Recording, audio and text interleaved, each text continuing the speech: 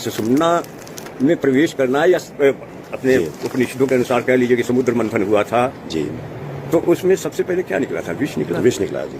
हलाहल विष। उसके बाद दूसरे चरण में हीरे मोती सोना चांदी जवाहरात माने धन दौलत ऐश्वर्य रजोगुण, पहले तमोगुण फिर रजोगुण, उसके बाद सतोगुण निकला था जी। उसी प्रकार इस शरीर में समुद्र मंथन असली इसी बात का संकेत है कि जब आप समुद्र मंथन करने बैठते हैं यानी सुषुम्ना में प्रवेश है वो एक तरह से तमोगुण रजोगुण दोनों को बैलेंस करते हुए बिल्कुल तराजू की तरफ बैलेंस करते हुए बीच पॉइंट पर ले आइए। दोनों जब इक्वल हो जाएंगे, जितना तमो उतना रजो, तो दोनों की वो समाप्त हो जाएगा, उनका असर समाप्त हो जाएगा। दोनों एक दूसरे को बैलेंस किए। अब आप वो जैसे न्यूट्रॉन प्रोटॉन एंड इलेक्ट्रॉन, तो इलेक्ट्रॉन वाला बैलेंस है, उस पर आ गए आप। बिल्कुल। अब उस पर आ गए और उस पर अगर आप टिके रह गए अधिक देर तक तो आपकी समाधि की अवस्था है।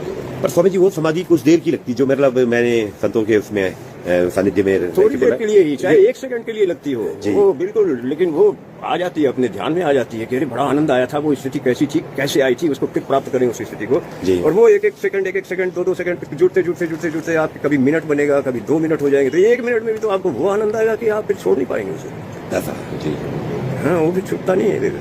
इसी को कबीरदास जी ने ऐसे कहा ना कि न पल बिछड़े पिया मुझसे न हम बिछड़े प्यारे से, उन्हीं से नेह लागी है अपन को बेकरारी क्या। तो क्या है वो, कौन सा न पल बिछड़े, एक पल के लिए भी वो न बिछड़े, बाकी सारा संसार चाहे बिछड़ जाए, वो ऐसी चीज है।